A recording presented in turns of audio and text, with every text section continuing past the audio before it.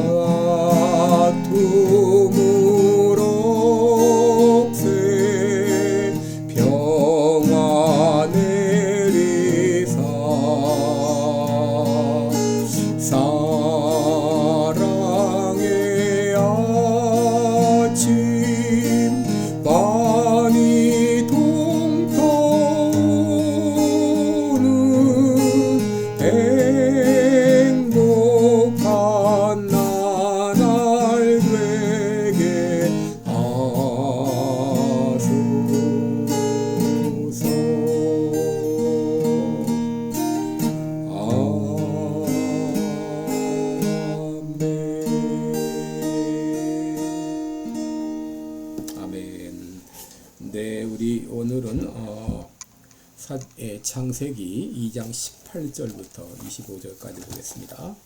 창세기 2장 18절로 25절까지. 제가 봉독해 드립니다. 여호와 하나님이 가라사대 사람의 독처하는 것이 좋지 못하니 내가 그를 위하여 돕는 배필을 지으리라 하시니라. 여호와 하나님이 흙으로 각종 들짐승과 공중의 각종 새를 지으시고 아담이 어떻게 이름을 짓나 보시려고 그것들을 그에게로 이끌어 이르시니 아담이 각 생물을 일컫는 바가 곧 그 이름이라. 아담이 모든 육축과 공중의 새와 들의 모든 짐승에게 이름을 주니라. 아담이 돕는 배필이 없으므로 여호와 하나님이 아담을 깊이 잠들게 하시니 잠들매 그가 그 갈빗대 하나를 취하고 살로 대신 채우시고 여호와 하나님이 아담에게서 취하신 그 갈빗대로 여자를 만드시고 그를 아담에게로 이끌어 오시니 아담이 가로되 이는 내 뼈 중에 뼈요 살 중에 살이라. 이것은 남자에게서 취하였은즉 여자라 칭하리라 하니라. 이러므로 남자가 부모를 떠나 그 아내와 연합하여 둘이 한 몸을 이룰지로다. 아담과 그 아내 두 사람이 벌거벗었으나 부끄러워 아니하니라. 아멘. 네, 우리 오늘은 결혼이란 무엇인가 이런 제목으로 함께 말씀을 나누겠습니다. 네, 우리 인생에 있어서 가장 행복한 날이 언제였는가 이렇게 묻는다면 많은 분들이 결혼식 날이었다 대답할 것입니다. 우리 인생에 있어서 좋은 날이 많이 있지만 그 어느 날도 이 결혼식 날만큼 기쁨을 주지 못할 것입니다. 동서고금을 막론하고 결혼을 인륜대지사라 해서 인간 생활에 겪는 가장 중요한 일 중에 하나로 생각을 했습니다. 이제까지 우리는 천지창조의 과정을 통해서 하나님이 만드신 세계는 너무 좋았다. 이것을 우리가 보았습니다. 하나님은 완전한 설계자이시고 또 건축가이시기에 세상을 완전 무결하게 창조하셨습니다. 그리고 하나님은 그 만드신 세계를 보시기에 좋았더라고 하셨습니다. 우리는 에덴 동산을 통해서 하나님이 만드신 이 창조 세계가 얼마나 아름다웠는가를 보았습니다. 그런데 오늘 본문에서 우리는 좋지 못하다 이런 구절을 보게 됩니다. 18절에 보시면 여호와 하나님이 가라사대 사람이 독처하는 것이 좋지 못하니 내가 그를 위하여 돕는 배필을 지으리라. 바로 그래서 만들어진 사람이 바로 하와입니다. 오늘 본문을 통해서 우리는 결혼이란 무엇인가를 생각해 볼 수 있는데 함께 생각하며 은혜를 나누겠습니다. 첫째, 결혼이란 무엇인가? 결혼이란 부모를 떠나는 것입니다. 24절 보시면 이러므로 남자가 부모를 떠나라고 했는데 이 결혼은 부모가 부모를 떠남으로부터 시작이 됩니다. 여러분 여기 떠난다는 말은 어떤 의미일까요? 여러분 이 말에는 육신적으로 떠난다 그런 의미가 있습니다. 여러분 결혼은 육신적으로 부모를 떠나는 것입니다. 그리고 이 떠난다는 말에는 경제적인 독립 또 정신적인 독립을 의미합니다. 결혼 전에는 경제적으로 부모의 도움을 받았고 또 부모의 슬하에서 부모의 간섭을 받고 또 부모의 말씀에 순종해야 될 그런 의무도 있었습니다. 그러나 결혼 후에는 경제적으로 독립해야 되고 부모의 말씀을 참고 삼아 들을 수는 있지만 그러나 꼭 들어야 될 의무는 없습니다. 우리 결혼하면 모든 것들을 독립적으로 처리해 나가야 합니다. 이것이 바로 부모가 부모를 떠난다는 말의 의미입니다. 여러분 예전 유대인들은 결혼을 해도 육신적으로는 떠나지 않았습니다. 결혼해도 신랑 집에 방을 마련해 주었고 그 방에서 같이 살았습니다. 창세기에 나오는 야곱에게는 12아들이 있었는데 그중 루벤을 비롯한 몇몇 아들들은 일찍 결혼해서 결혼을 했지만 야곱과 함께 살았습니다. 그럼에도 그들은 독립된 가정으로 인정을 받았습니다. 여러분 결혼을 하면 육신적으로 함께 있을지라도 그들을 독립적인 개체로 인정해 줘야 됩니다. 결혼한 자녀들에게 이래라 저래라 해서는 안 됩니다. 왜냐하면 그들은 독립된 하나의 완전한 가정이기 때문입니다. 일단 아들이 결혼하면 한 여자의 남편인 것을 기억해야 되고 딸이 출가하면 그는 한 남자의 아내인 것을 기억해야 됩니다. 여러분, 이들이 결혼을 할 때, 부모를 떠났을 때 더 이상 부모의 말을 순종할 의무는 없습니다. 아내라면 오직 남편의 말에만 순종할 의무가 있는 것이죠. 결혼이라고 하는 것은 부모를 떠나서 하나의 가정으로 완전히 독립하는 것입니다. 도대체 결혼이란 무엇인가? 결혼이란 한 남자와 한 여자의 연합이라는 것이죠. 여러분, 여기 연합한다고 하는 것은 언약적인 영합을 말합니다. 영어로 말하면 클레이브 혹은 본드라는 말을 쓸 수 있는데, 성경을 보게 되면 하나님께서 이스라엘 백성과 관계를 맺을 때 언약적 관계로 표현했습니다.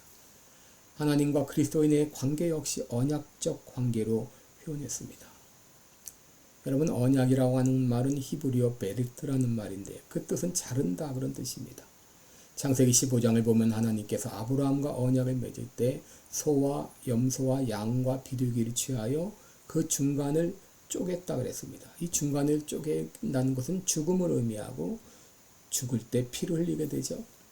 이렇게 하라고 하신 것은 하나님께서 생명을 걸고 자신의 약속을 지키겠다는 의지의 표현입니다. 하나님은 이렇게 하실 필요가 없지만 인간에게 믿음을 심어주기 위해서 이런 언약식을 갖게 하신 것이죠. 여러분, 이 언약이 베리트라는 말에는 또 하나로 묶는다 그런 뜻이 있습니다. 여러분, 이것은 영어의 본드와 같은 의미인데, 여러분, 이 물건과 물건을 본드로 붙이게 되면 본드로 붙여진 물건은 절대 떨어지지 않습니다. 예레미야 33장 25절에 주야의 약정이 서지 않는다거나 천지의 규례가 정한 대로 되지 않는 일이 있느냐? 이 창조의 모든 규례가 하나의 규칙처럼 계속 되어지는 것처럼, 변치 않고 되어지는 것처럼 이스라엘에 대한 나의 언약도 계속되리라 라고 했습니다. 바로 이스라엘 백성들을 향한 사랑을 언약적 사랑으로 그렇게 표현한 것입니다. 그런데 이 결혼이라고 하는 것은 언약적 연합이라고 하는 것입니다. 이것은 피를 걸고 약정한 거룩한 관계라고 하는 것이죠. 같이 죽으면 죽었지 뗄래야 뗄 수 없는 관계가 되었다고 하는 것입니다. 그러므로 결혼할 때는 이 사실을 깊이 명심해야 됩니다. 결혼한 대상이 절대 뗄래야 뗄 수 없는 관계가 되었다는 것을 잊지 말아야 됩니다. 예수님께서는 하나님이 짝지어 주신 것을 사람이 나눌 수 없다라고 했습니다. 여러분, 결혼을 하면 다시 돌아갈 수 없는 길을 가는 것입니다. 그러나 많은 사람들이 이것을 간과하고 있습니다. 그리고 배우자를 마치 자기의 욕망을 채우기 위한 수단으로만 생각을 합니다. 여러분, 이럴 때 더 이상 결혼 생활이 유지되지 않습니다. 부부관계에는 세 가지 구도가 있는데, 첫째는 대결 구도입니다. 서로의 욕망 가운데 끝까지 자기의 의지를 굽히지 않는 것이죠. 왜 그런가? 결혼을 했지만 연합이 이루어지지 않았기 때문이죠. 둘째는 단념 구도가 있어요. 이 대결 구도가 오래 지속되다 보니 서로 체념하고 사는 것입니다. 여러분, 이 관계 역시 진정한 연합이 아니죠. 그러면 진정한 연합이란 무엇인가?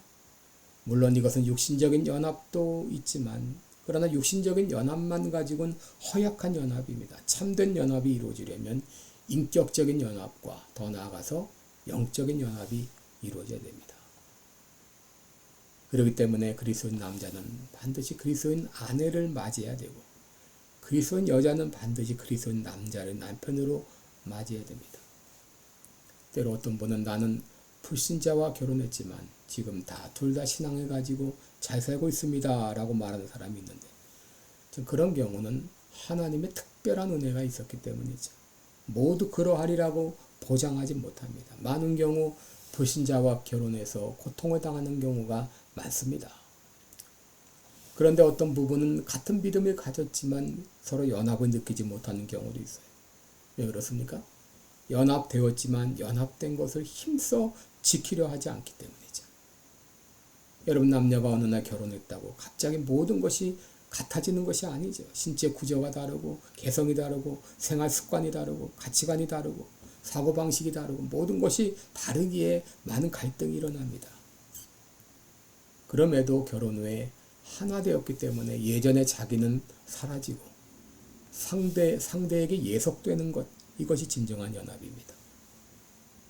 여러분, 결혼이란 히브리어로 카도심, 성배되었다, 헌신되었다는 그런 의미인데, 여러분, 이 말의 원래 의미는 하나님께 바쳐져서 하나님의 독립적인 소유물이 되었다. 하나님께 바쳐진 물건은 오직 하나님을 위해서만 사용되게 되었죠. 제사장이 하나님을 위해서 구별되었기 때문에 하나님만 일만 하는 것처럼, 여러분, 결혼이라고 하는 것은 서로를 위해서 구별되었다, 그런 말입니다. 나는 배우자의 절대 소유라고 인정을 하고 서로가 서로를 위해서 헌신할 때 하나됨을 유지할 수 있습니다. 여기서 우리가 한 가지 알아야 될 것이 있죠. 여자는 남자를 위한 돕는 배필로 창조되었다는 것입니다. 창세기 2장 18절 보면 내가 그를 위하여 돕는 배필을 지으리라. 이 배필이라고 하는 말은 에제르인데요. 파트너, 헬퍼 이런 뜻입니다. 하나님께서 우리를 도우신다 할 때 그 뜻인데, 하나님이 우리를 도우시는 것처럼 아내를 남편을 돕는 자로 주셨다는 것이죠. 이렇게 말하면 많은 여자분들이 인정하지 않을 수 있습니다. 그러나 성경은 분명히 가르치고 있습니다. 고린도전서 11장 9절에 남자가 여자를 위해 지음받지 아니하고 여자가 남자를 위해 지음받았다라고 했습니다. 에베소 5장 22절에는 아내들이여 자기 남편에게 복종하기를 죽게 하듯 하라. 이는 남편이 아내 머리됨이 그리스도께서 교회 머리됨과 같다라고 했습니다. 물론 이 말이 남자가 여자보다 우월하다 그런 말은 아닙니다. 하나님께서는 남자와 여자를 모두 하나님의 형상에 따라 동등하게 창조하셨습니다. 다만 기능이 다른 것이죠. 남자는 가정의 머리로, 여자는 그 남자를 돕는 헬퍼로 주신 것입니다. 이 기능이 가정에서 잘 수행될 때 이 부부관계는 더욱더 확고히 다져지는 것이죠. 마지막 셋째로 결혼은 둘이 한 몸을 이루는 것입니다. 이것은 육신적 연합을 의미합니다. 창세기 1장 28절에 하나님은 인간에게 복을 주셨죠. 생육하고 번성하여 땅에 충만하라, 땅을 정복하라. 여러분, 이 하나님의 복이, 하나님의 명령이 이루어지기 위해서는 하와가 만들어져야 됐죠. 아담에게는 아내가 필요했습니다. 진정한 결혼은 육신적 연합까지 포함되는 것이죠. 25절에 보면 두 사람이 벌거벗었으나 부끄러워하지 않았다라고 했는데, 육신적으로 결합되었다고 하는 것은 서로가 서로에게 부끄러움이 없는 존재가 되었다, 그런 의미입니다. 여러분, 이 말에는 상징적 의미도 있는데, 부부관계에는 숨길 것이 없는 관계가 되어야 된다는 것이죠. 왜냐하면 벌거벗음에 대한 이 부끄러움은 반드시 죄와 연결되기 때문이죠. 아담과 하와가 죄를 범했을 때 그들이 제일 먼저 취한 행동이 무엇이죠? 하나님을 멀리 피했습니다. 그리고 자기가 벗은 줄 알고 무화과 나무로 잎으로 치마를 입었다 그랬습니다. 동산 숲을 나무 사이에 숨었다고 했습니다. 그동안 그들은 벗고 살았습니다. 그런데 죄를 짓는 순간 옷을 해입었고 동산 나무 숲 사이로 숨었습니다. 죄를 짓는 순간 하나님 앞에 자신의 수치를 발견한 것이죠. 여러분, 만일 어떤 사람이 여러분의 행동을 뻔히 쳐다보고 있다면 기분이 나쁠 것입니다. 왜냐하면 나의 비밀이 드러나는 것 같은 느낌이기 때문이죠. 사람들은 자기의 비밀을 감추기 원합니다. 자기의 수치를 감추기 원합니다.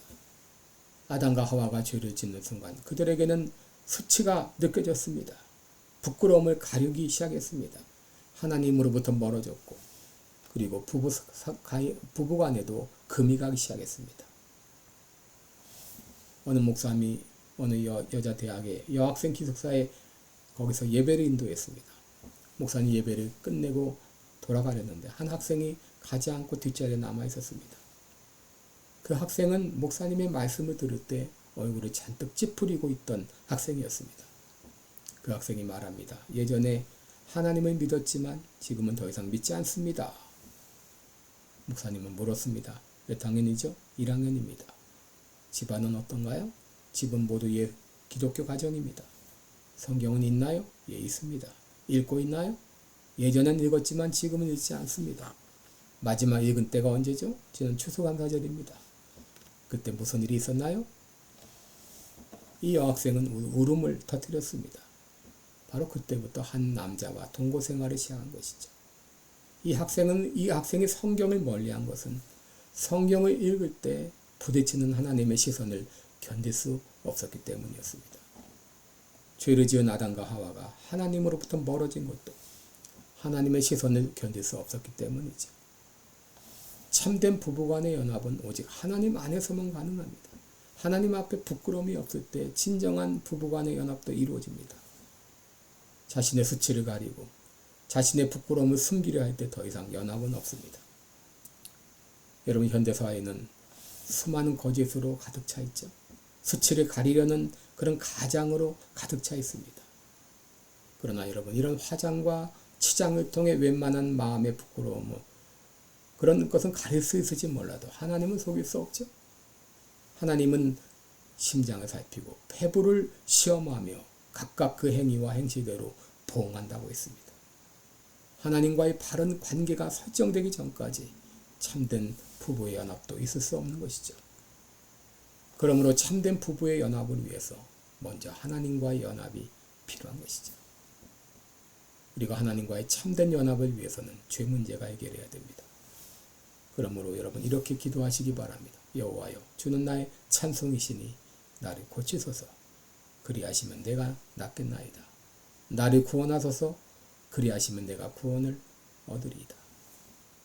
오늘 예수 그리스도의 보혈로 내 모든 죄를 용서하시고 먼저 하나님과 참된 연합이 이루어지게 하시고 이로 인하여서 부부간에도 참된 연합이 이루어지게 하옵소서. 오늘 이렇게 기도하시기 바랍니다. 기도하겠습니다. 은혜로우신 우리 아버지, 억만 죄악 가운데 멸망받았던 우리를 구원하시고 하나님을 아버지라고 부르며 하나님과 참된 연합이 이루어지게 하신 것 감사합니다. 또 우리에게 귀한 배우자를 두셔서 아름다운 가정을 이루게 하신 것 감사합니다. 이미 그리스도 안에서 하나 되었습니다. 하나 된 것을 힘써 지키는 우리들 되게 하여 주옵소서. 나는 배우자에게 속했다고 하는 것을 알고 배우자를 위해서 모든 것을 성별하며 헌신하는 우리들 되게 하여 주옵소서. 오늘 하루도 주님 앞에 의탁하며 예수님의 이름으로 기도드리옵나이다. 아멘. 네, 여러분, 오늘도 복된 하루 되시기를 축원합니다. 여러분 사랑하고 축복합니다. 고맙습니다.